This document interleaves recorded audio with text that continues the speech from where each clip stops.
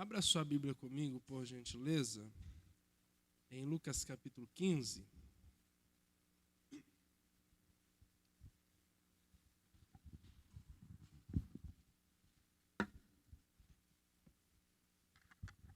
Lucas capítulo 15, nós vamos ler aí a partir do versículo 1.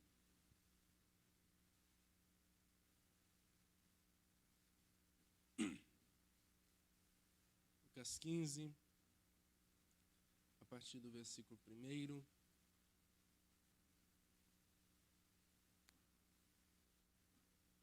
Glória a Deus. Está escrito assim: E chegavam-se a ele todos os publicanos e pecadores para ouvir, e os fariseus e os escribas murmuravam, dizendo: Este recebe pecadores e come com eles. E ele lhes propôs esta parábola, dizendo: Que homem dentre vós, tendo 100 ovelhas e perdendo uma delas, não deixa no deserto as 99 e vai após a perdida, até que venha achá-la? E achando-a, a põe sobre os seus ombros e rejubilando, e chegando em casa convoca os amigos e vizinhos, dizendo-lhes: Alegrai-vos comigo, porque já achei a minha ovelha perdida. Digo-vos que assim haverá alegria no céu por um pecador que se arrepende, mais do que por 99 justos que não necessitam de arrependimento. Ou qual a mulher que, tendo 10 dracmas, se perder uma dracma, não acende a sua candeia e varre a casa e busca com diligência até achar? E achando-a, convoca as amigas e vizinhas, dizendo: Alegrai-vos comigo, porque já achei a dracma perdida.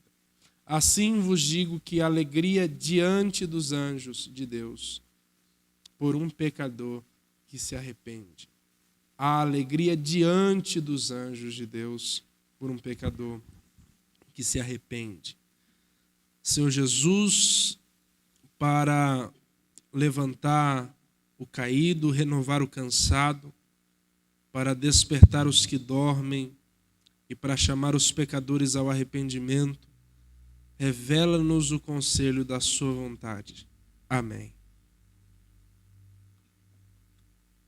Queridos, este é um texto conhecido da palavra de Deus e ele faz parte de uma série de parábolas pregadas por Jesus.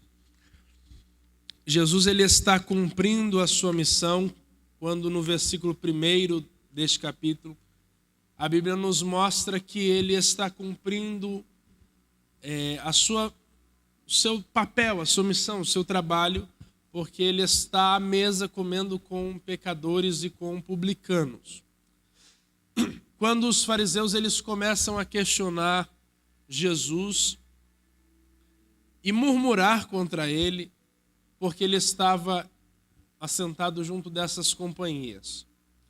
O que talvez eles ignoravam era o fato de que era exatamente este o propósito de Jesus. Aliás, ele convida em sua mensagem para que se aproximem dele. Em Mateus 11, 28, ele diz: Vinde a mim todos os que estáis cansados e sobrecarregados, e eu vos aliviarei.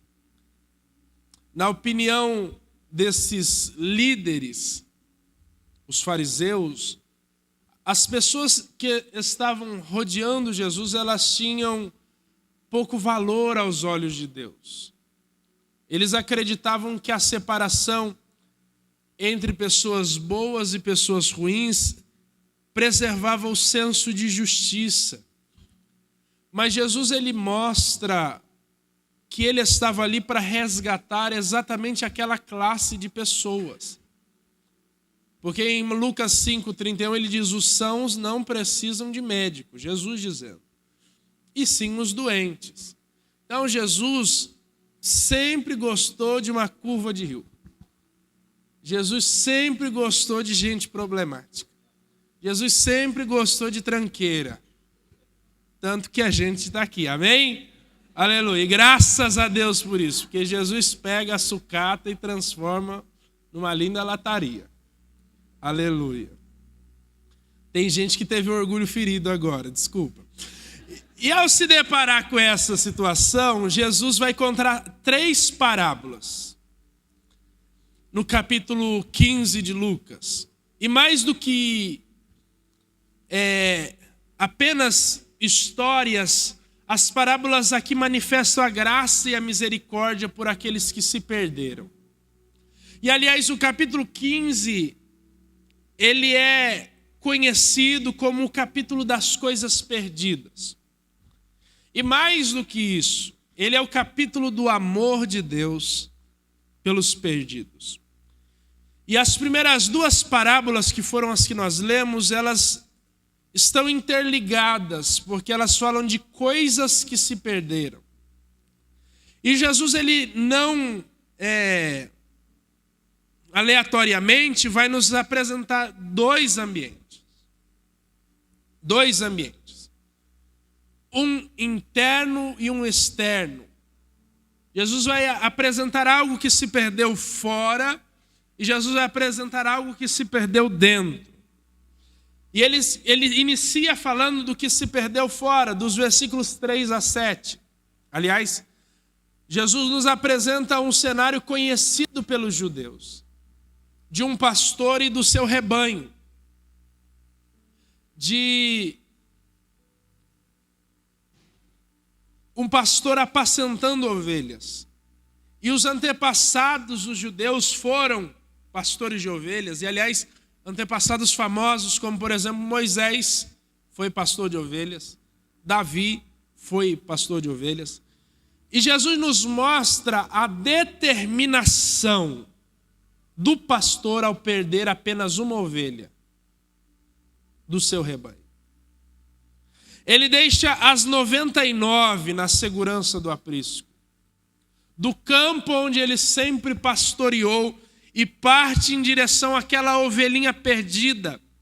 A dimensão do rebanho é grande, são 100 ovelhas, mas o verdadeiro pastor tem a percepção, tem a sensibilidade de notar a ausência de apenas uma. E Jesus nos faz uma alusão do seu próprio ministério, quando ele fala do ministério pastoral e do pastor que vai resgatar a ovelha, porque Jesus é esse pastor. E o apóstolo Paulo vai dizer que em Filipenses capítulo 2, versículo 6, ele é o pastor que abre mão de tudo para resgatar as suas ovelhas. Pois sendo em forma de Deus, não julgou por usurpação ser igual a Deus, antes a si mesmo se humilhou, tomando forma de servo, e na forma de servo foi fiel até a morte, morte de cruz. Pelo que também Deus o Pai o exaltou, lhe dando o nome soberanamente, sobre todos os nomes, a qual todo joelho no céu, na terra e debaixo da terra se dobrará, reconhecendo que Jesus Cristo é o Filho de Deus, para a glória de Deus Pai. O apóstolo Paulo nos apresenta Jesus como aquele que resgata. Jesus vai se reconhecer como pastor. Em João capítulo 10, versículo 11, ele diz: eu sou o bom pastor, e o bom pastor dá a vida pelas ovelhas. Em João capítulo 10, versículo 14, ele vai dizer: eu sou o bom pastor e conheço as minhas ovelhas, e elas me conhecem a mim. Ele é o pastor que vem exatamente resgatar aquele que havia se perdido.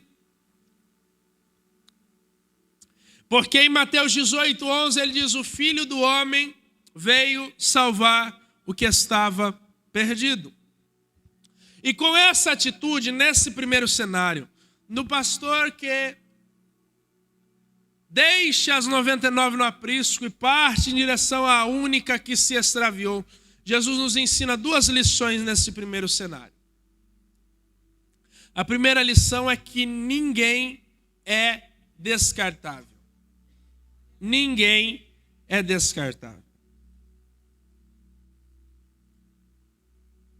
Alguém poderia pensar: ele perdeu apenas uma única ovelha. Ele ainda tem 99.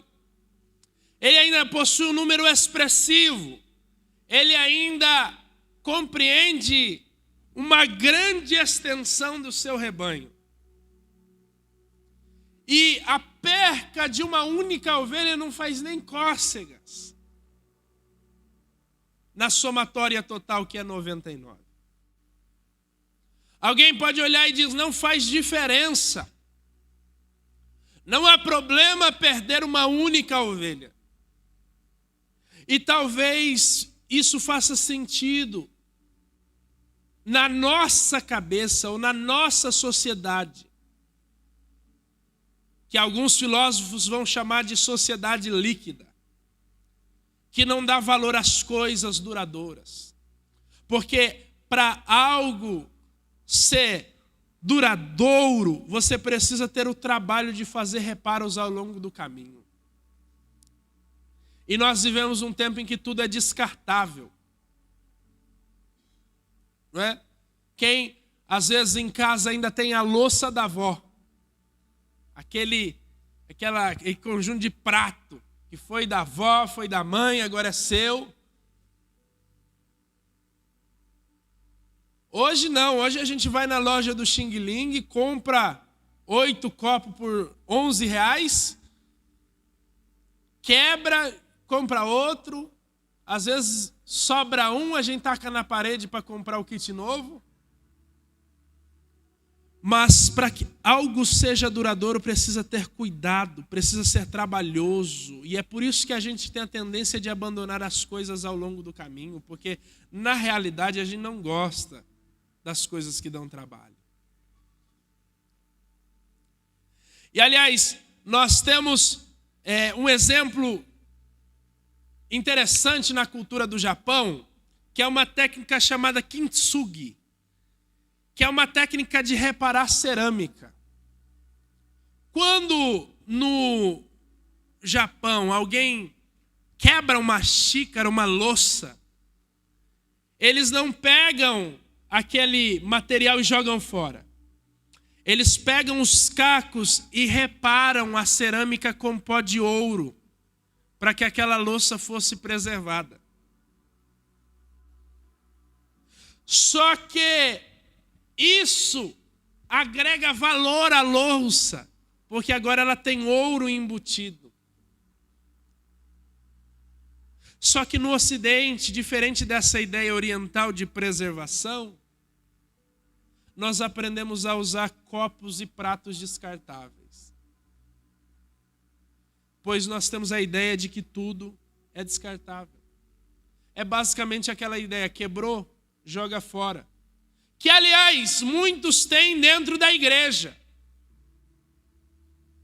E o pior é que nós desconcentramos essa prática das coisas e levamos para as pessoas.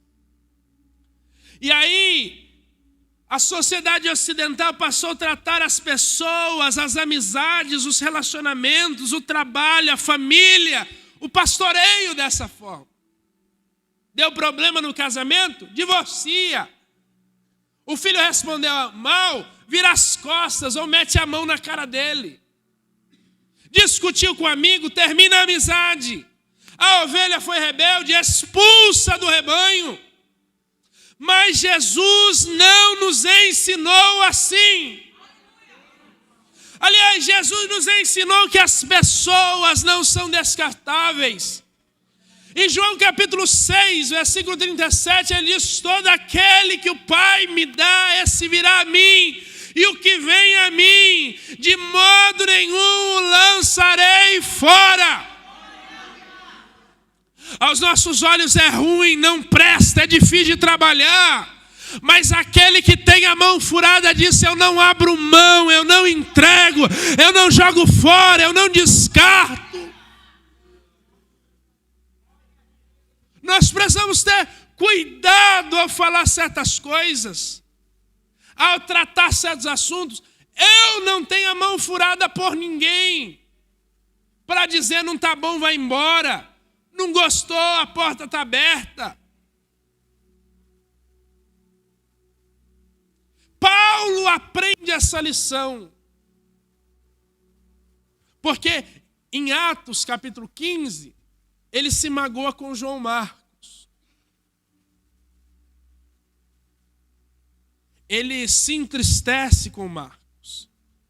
Porque dos versículos 36 a 39, Paulo e Barnabé, eles estão indo para missão. E Barnabé quer levar Marcos junto.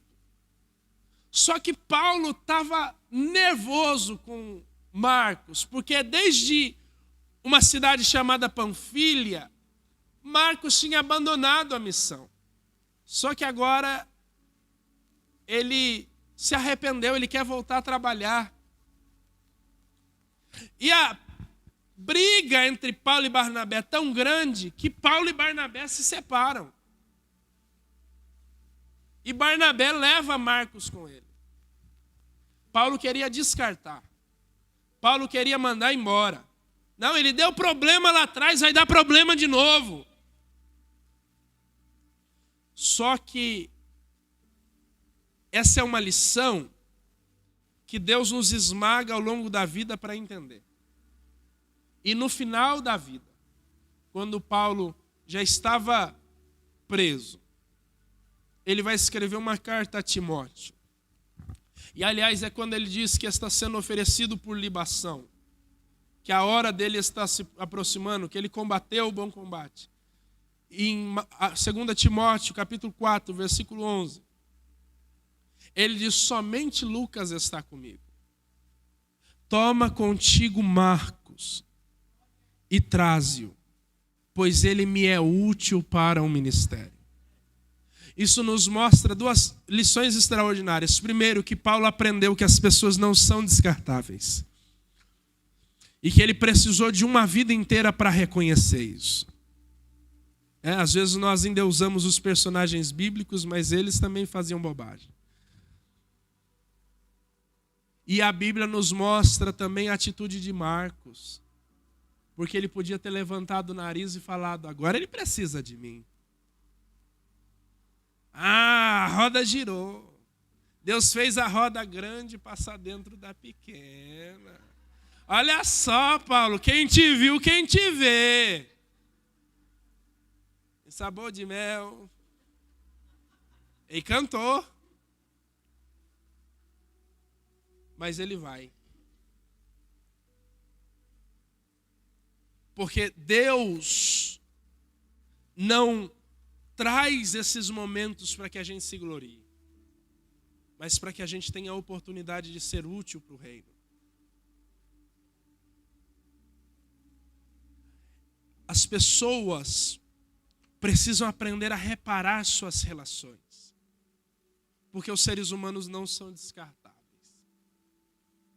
Aliás, eles são difíceis sim, problemáticos com certeza, estressantes sem sombra de dúvida, mas de maneira nenhuma são descartáveis. Tem gente ruim na vida, tem gente que é difícil, tem gente que a gente não quer perto. E aliás, tem gente que a gente não quer perto pelos motivos mais ridículos possíveis. Ela fala cutucando, fala cuspindo. Não quero perto de mim. Olha como a gente é. Às vezes a gente não quer uma pessoa perto da gente só porque ela fala cutucando. A gente é ruim. Mas Jesus está nos dando uma lição aqui. Ninguém é descartável. Pode ser ruim, pode ser difícil, pode ser estressante, mas foi comprado com preço de sangue. Não abra mão daqueles que pertencem a Jesus. Abraça quem tiver que abraçar, corra atrás de quem tiver que correr, ligue para quem tiver que ligar, mas as pessoas não são descartáveis.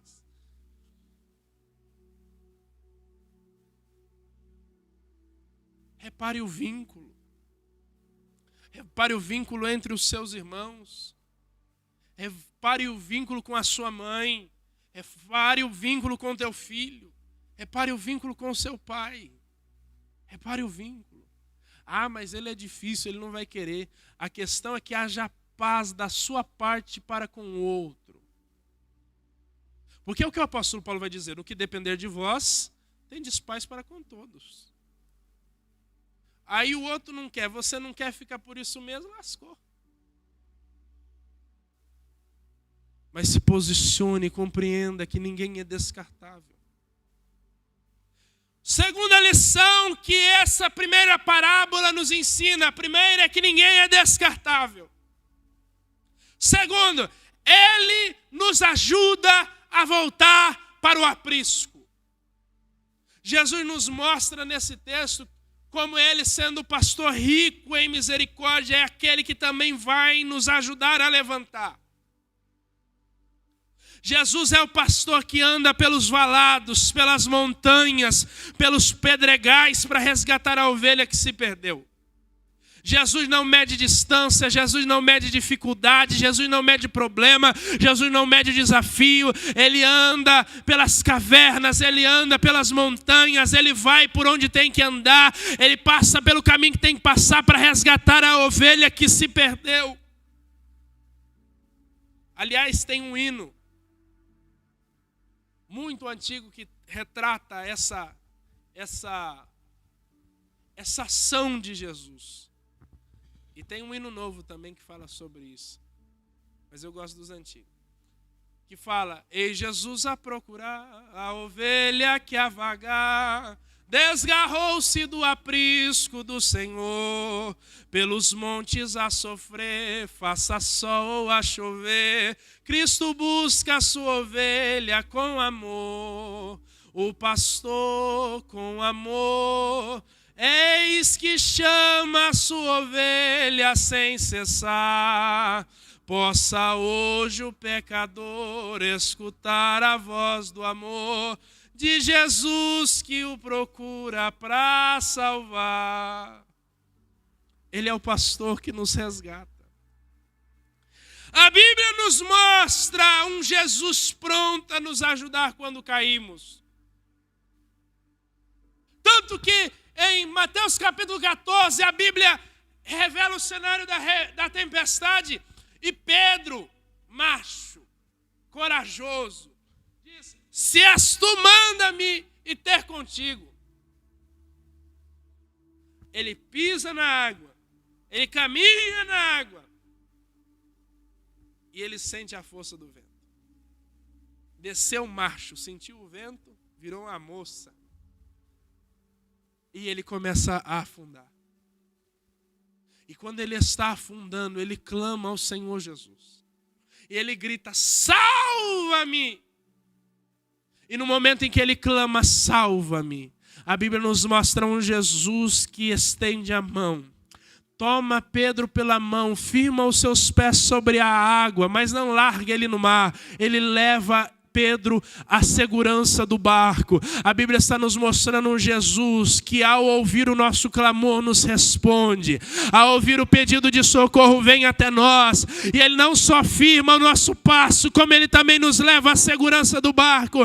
Jesus não só vai lhe fazer andar sobre as águas, mas ele vai te levar para o barco, vai acalmar a tempestade, vai te levar ao outro lado da margem em segurança, porque Jesus é aquele que nos ajuda a voltar para o aprisco.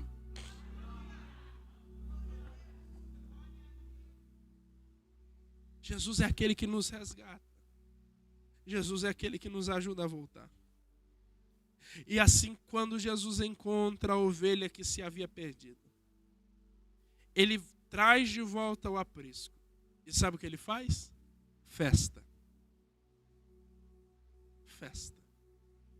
Jesus celebra o arrependimento de um pecador. Porque o arrependimento é a porta da mudança. O arrependimento é a porta da transformação.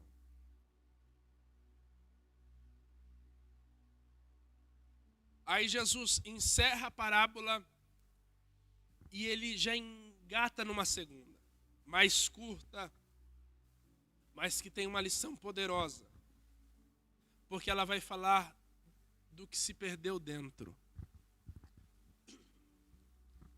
Há alguém que se perdeu fora, mas por incrível que pareça, há alguém que se perdeu dentro. E ele vai contar a parábola da dracma perdida. E a segunda parábola de Jesus fala de algo que se perdeu dentro da própria casa. Porque aquela mulher havia perdido uma dracma. E aquela moeda era equivalente a um dia de serviço. E alguns estudiosos dizem que aquela dracma, ela compunha uma joia. E ela fazia parte de um total de 10. E aquelas moedas formavam um diadema que era usado na cabeça de uma mulher casada, como símbolo do seu compromisso. De certa forma, aquilo formava como se fosse uma aliança. Como se fosse uma aliança no contexto judaico. Então, o símbolo do casamento era aquele diadema. Como o símbolo do casamento, do noivado, do namoro ocidental é aliança. Então, aquilo simbolizava o compromisso matrimonial daquela mulher. E diferente da ovelha que se perde por não ter senso de direção, aquela mulher havia perdido a sua dracma por descuido, por falta de atenção e vigilância. Ela perdeu algo que compunha uma joia que era o símbolo do seu compromisso. E quantas pessoas, irmão, tem como esta mulher perdido por descuido, por falta de atenção e vigilância, valores importantes dentro da casa, dentro da sua própria casa, perdido valores essenciais da fé. E talvez diferente daquela mulher, porque ela perdeu o símbolo do matrimônio. Ela perdeu o símbolo da aliança dela. Algo que compunha um total de 10. Alguém olha para um valor perdido e diz, não faz falta. Eu ainda sou desse jeito, desse jeito, desse jeito. Eu contei uma mentira, mas eu ainda pago minhas contas em dia. Eu peguei o troco a mais na padaria, enfiei no bolso e fui embora para minha casa. Mas eu ainda oro todo dia. Eu ainda leio a Bíblia. Eu não li a Bíblia essa semana, mas eu ainda vou no culto 3 vezes na semana. E é engraçado como a nossa mente tenta equilibrar a balança, justificando o nosso erro com os nossos acertos. Como se a quantidade de acertos que eu tenho fizessem dos meus erros menos errados. E o engraçado é que a gente se convence, a gente servia para ser advogado. Porque nessa conversa a gente se convence. E a gente deixa de valorizar o que devia valorizar. A gente chega na igreja e não ora mais. Como se a gente viesse para assistir o culto e não oferecer o culto. E aí a gente entra e sai da casa de Deus sem falar com o dono da casa. Alguém pode falar, mas é um hábito. E alguém pode dizer assim, ainda é religiosidade. Mas você entra na casa de alguém sem cumprimentar o dono? E a gente entra na casa de Deus sem falar com ele. Mas é um hábito. E aí a gente ainda pergunta porque o culto tem ficado ruim de um tempo para cá. Mas a gente está abrindo mão de valores. Por falta de descuido, por falta de atenção, de vigilância. E esse texto nos mostra a perca de valor a nível pessoal. Era algo dela. Pois fala de algo perdido dentro de casa, e a casa para o judeu representa um nível altíssimo de intimidade. E tem gente abrindo mão de valores e perdendo intimidade com Deus. E aí mantém uma vida de automático na presença de Deus. Prega porque sempre pregou, fala em línguas porque sempre falou, faz a mesma oração repetida, não tem a percepção e a sensibilidade para perceber que a vida está no automático. Já não fala mais em línguas pelo impulso do Espírito Santo, mas é a mesma coisa sempre.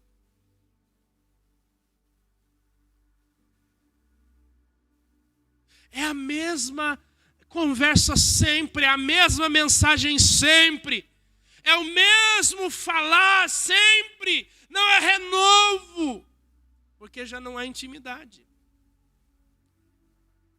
Enquanto a primeira parábola fala do que se perdeu fora, a segunda parábola nos mostra que dentro da casa existem coisas perdidas. E é por isso que o apóstolo Paulo fala, toma cuidado. Quem cuida está de pé para que não caia. E quantos estão perdidos dentro da casa? Quantos estão perdidos dentro da igreja? Muitos cultos deixaram de ser reunião dos santos para ser reunião de ímpios. Mas como assim ímpio na igreja? Ímpio dentro da igreja? O que? Como? O que é ser ímpio? A palavra ímpio é o antônimo de pio. E o que é pio? Puro. Ser ímpio é ser impuro. Ser ímpio é ser contaminado. Tem ímpio dentro da igreja? Tem. Basta abrir mão desses valores. Basta abrir mão de uma coisa a partir pequenininha. Deixar partir pequenos valores. E a partir dos pequenos valores, os grandes vão chegando, vão se perdendo. Aliás, Salomão, ele escreve bem quando ele escreve Cantares, porque ele diz que o problema da vide não são as raposas grandes, são as raposinhas. São as pequenas coisas que a gente deixa entrar na nossa casa todos os dias, no nosso coração todos os dias. E isso vai nos tornando pessoas contaminadas, impuras. E aí dentro da casa de Deus tem irmã que é ímpia, tem irmão que é ímpio, tem intercessor que é ímpio, tem diácono que é ímpio, tem ministro que é ímpio, tem pastor que é ímpio, tem pregador que é ímpio. Por quê? Porque está abrindo mão de pequenos valores. Aí não entende porque as coisas dão errado. Prega e não atinge o alvo, ora e não há milagre. Impõe a mão para expulsar o demônio e a pessoa não é liberta. Porque pequenos valores estão se perdendo.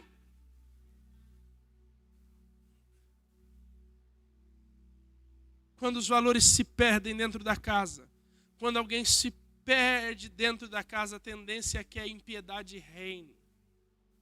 E aí os cultos ficam mais pesados. E é o que a gente apela? Ao emocionalismo. E aí, a massa acaba não percebendo, porque está vivendo uma experiência emocional. E se não cuidar, até quem é crente é levado pela emoção. Eu às vezes, eu já fui pego nisso daí. Pregador ruim. Falava nada com nada. Mas falava tão bonito que eu comecei a chorar. Eu falei, Jesus.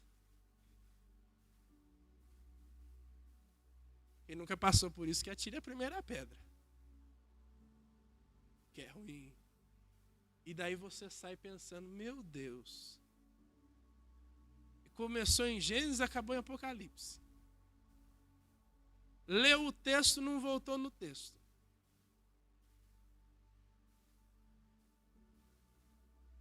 E eu chorei ainda.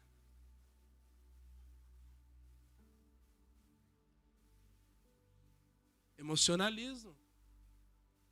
A gente também é levado pelas nossas... Não adianta falar que não está suscetível a isso. Você não é coração de pedra.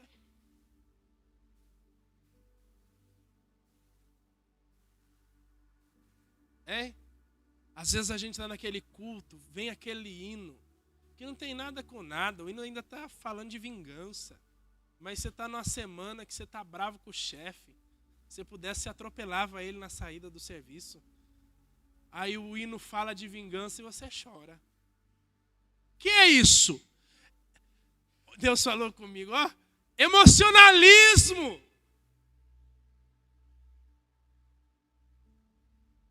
Mas nós não podemos render a nossa experiência cristã ao emocionalismo. Porque o cristianismo, sim, pode sim afetar as nossas emoções, mas Jesus age na nossa razão. Porque cristianismo trata de convencimento, de arrependimento, porque o Espírito Santo veio para convencer o homem do pecado, da justiça, da lei. Nós precisamos viver um exercício de razão.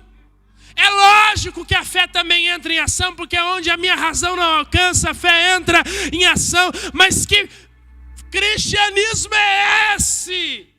Que atinge tudo, mas não me faz pensar.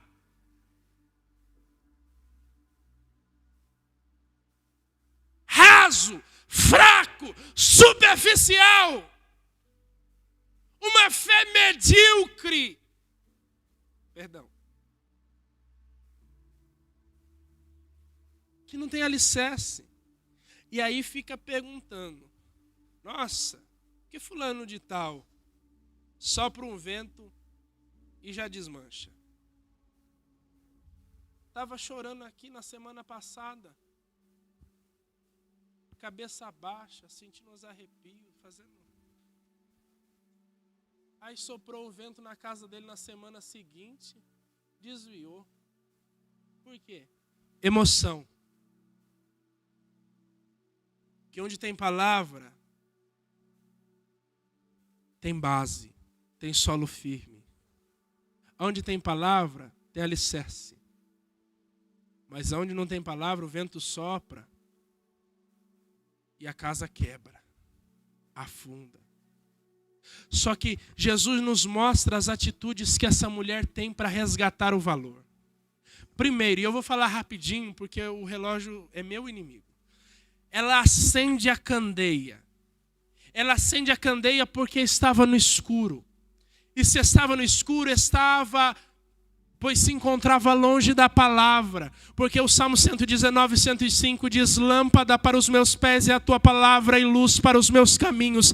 Quem anda pela palavra não caminha na escuridão. Quem anda na palavra sabe aonde pisa. Quem anda na palavra não anda tentando tatear, porque enxerga o caminho plano na sua frente. Quem anda na palavra é direcionado a Jesus. Tanto que Jesus vai dizer em João 8,12, de novo lhes digo, falava Jesus dizendo, eu sou a luz do mundo, quem me segue não andará em trevas, pelo contrário, terá a luz da vida. Quem anda na palavra caminha em direção a Jesus. Acende a candeia da palavra na sua vida.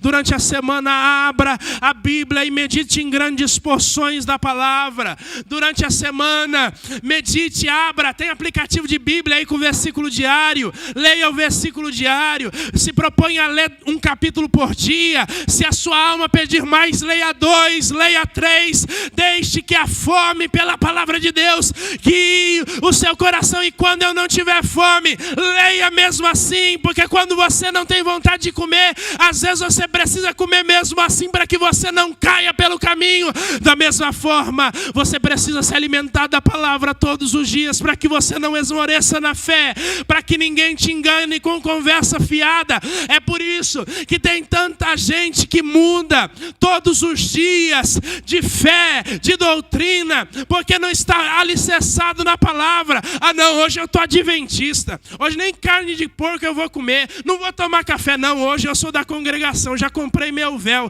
Não, hoje eu vou para a Assembleia de Deus, a saia lá no pé. Ah, não, hoje eu vou para a comunidade, a calça rasgada. Não tem uma firmeza, porque não tem firmeza doutrinária, porque não está na palavra, não lê a palavra, não medita na palavra, não estuda a palavra, não cresce na palavra.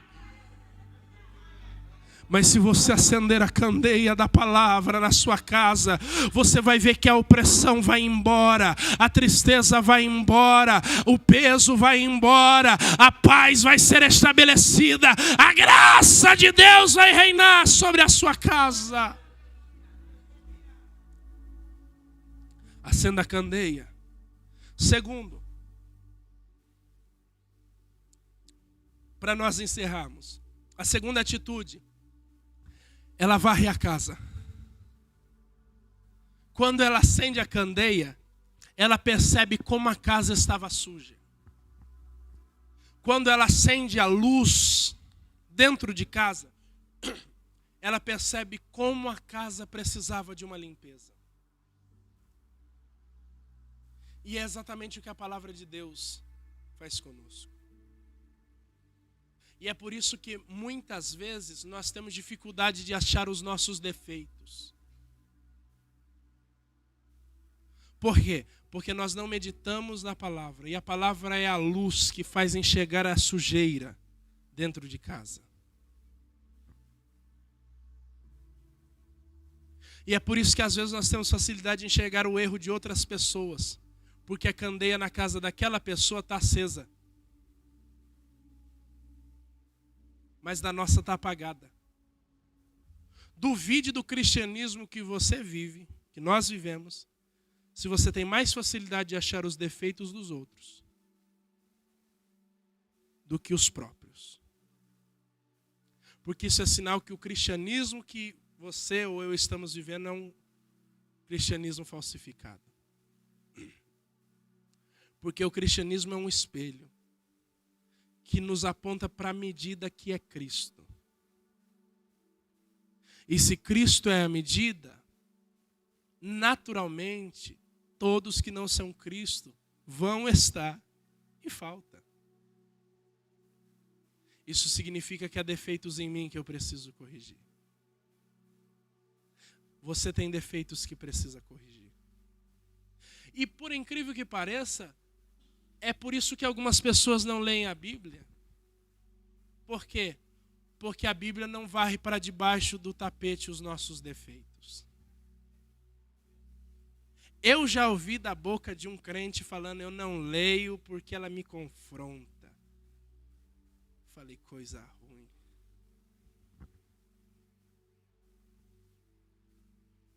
Mas a Bíblia vai nos confrontar.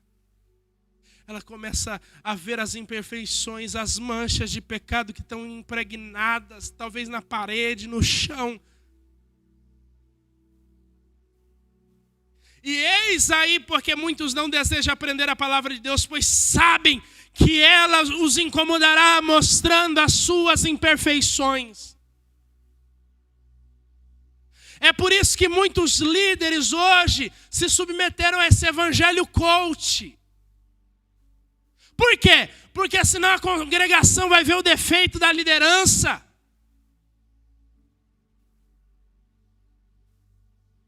E aí vem aquele negócio, de Jesus você é o centro.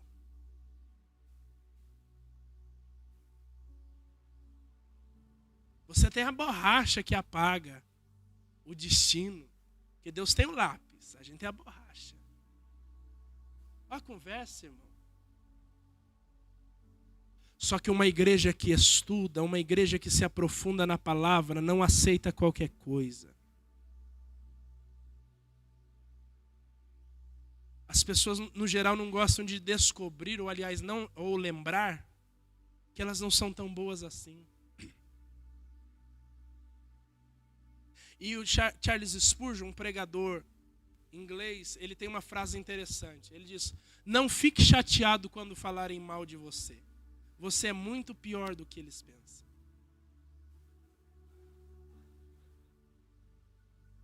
Só que tem um remédio para nós aqui essa manhã. E é a limpeza da palavra. Por isso deixa a palavra te limpar. Deixa ela te purificar, arrancar a sujeira dos nossos corações e mostrar e revelar os nossos desaprumos, os nossos desníveis, pois assim nós resgataremos os valores que foram perdidos e não há outro caminho. O caminho é a palavra. Jesus vai dizer em João 15:3: vós já estáis limpos pela palavra que vos tenho falado. É a palavra que limpa, é a palavra que liberta, é a palavra que transforma. Quem é limpo pela palavra resgata o valor perdido, e quem resgata o valor perdido pode celebrar juntamente com os salvos. Agora, olhe para cá, e aqui eu encerro. Se você resgatar os valores, se você acender a candeia, se você varrer a casa, o versículo 10 diz assim: assim vos digo que há alegria diante dos anjos de Deus por um pecador que se arrepende. Aí a gente usa esse texto para dizer assim: quando um pecador se arrepende, os anjos de Deus fazem festa.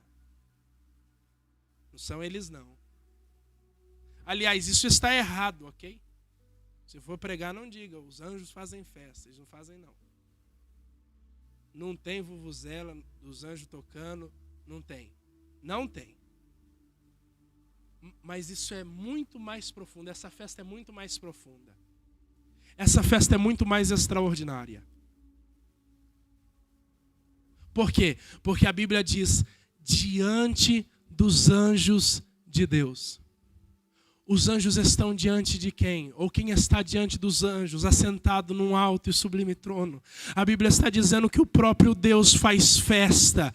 O céu está observando um Deus que celebra, porque um pecador se arrependeu, porque um pecador se converteu. Os anjos veem que Deus não se segura, ele faz festa, ele se alegra, ele celebra, porque alguém acendeu a candeia, varreu a casa e resgatou a dracma que estava perdida.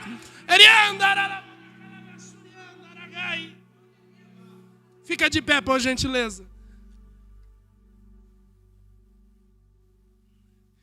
Hoje nós vamos, e aliás, quem precisa, resgatar uma dracma perdida. Nós vamos orar. Não precisa ser necessariamente um pecado. Às vezes é uma coisa mínima, um valor que você deixou para trás, uma oração que você fazia todos os dias. Hoje é dia de resgatar esse valor. Eu quero lhe convidar a fechar os seus olhos. Eu não vou chamar à frente porque não tem tempo mais. Mas aí do seu lugar, feche os seus olhos e comece a falar com Deus. Você sabe qual dracma perdeu. Você sabe que dracma foi perdida. Feche os seus olhos e comece a falar com o Senhor. E talvez você vai dizer assim: não, a minha questão não é a dracma. Eu sou ovelha perdida mesmo. Eu saí do aprisco. Eu me arrebentei todo. E hoje eu voltei para ouvir um culto, para assistir, e Deus falou comigo, e eu quero voltar para o aprisco. O bom pastor está aqui para te resgatar esta manhã. Então comece a falar com Deus e orar: Senhor, essa foi a dracma que eu perdi. E você que essa manhã quer entregar a sua vida para Jesus, você que está orando para recuperar a dracma, continue orando. Minha conversa agora é com quem quer voltar para o aprisco. Você que quer voltar para o aprisco essa manhã. Você quer entregar a sua vida para Jesus. Porque você entendeu que Ele é o bom pastor. Levante uma das suas mãos. Porque eu quero orar por você. Há alguém aqui essa manhã que quer voltar para o aprisco? É só levantar uma das suas mãos.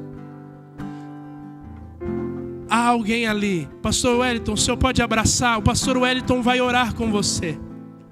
Há mais alguém? E você que precisa resgatar a dracma, vai orando, vai clamando ao Senhor. Jesus já salvou alguém aqui hoje. O Deus Pai, Deus Filho e o Espírito Santo estão celebrando. Senhor Jesus, nós estamos diante de Ti, clamando, Senhor, ao teu nome e rogando a tua graça e a tua misericórdia, porque hoje o Senhor nos trouxe aqui para acender a candeia, para varrer a casa.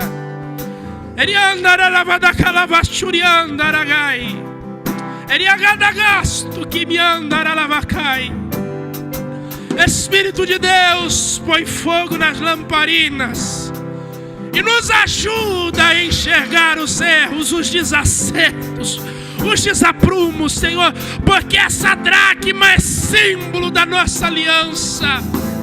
Essa dracma é símbolo do nosso compromisso. E nós não queremos perder os valores. Nós não queremos perder, Senhor, a tua presença. Nos ajuda, Senhor, a acender. E nos ajuda a varrer a casa.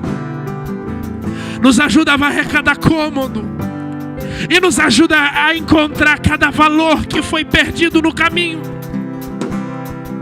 No nome de Jesus, Espírito de Deus. Talvez os nossos corações já não estão quebrantados como antes. Talvez a dureza do nosso coração tomou conta de nós. Talvez a nossa alma já não tem mais a mesma sensibilidade. Mas hoje é manhã de encontrar a dracma perdida, Senhor. De louvar como nós louvávamos, de orar como nós orávamos, de cultuar como nós cultuávamos, celebrar como nós celebrávamos. Senhor, nos ajuda a encontrar a dracma perdida. No nome de Jesus, Espírito de Deus, age no nosso coração. Vai falando com Deus. Se o Espírito de Deus te levar a falar em línguas, fale em línguas. Se você sentir a vontade de chorar, chore na presença de Deus. Se você sentir vontade de clamar, clame.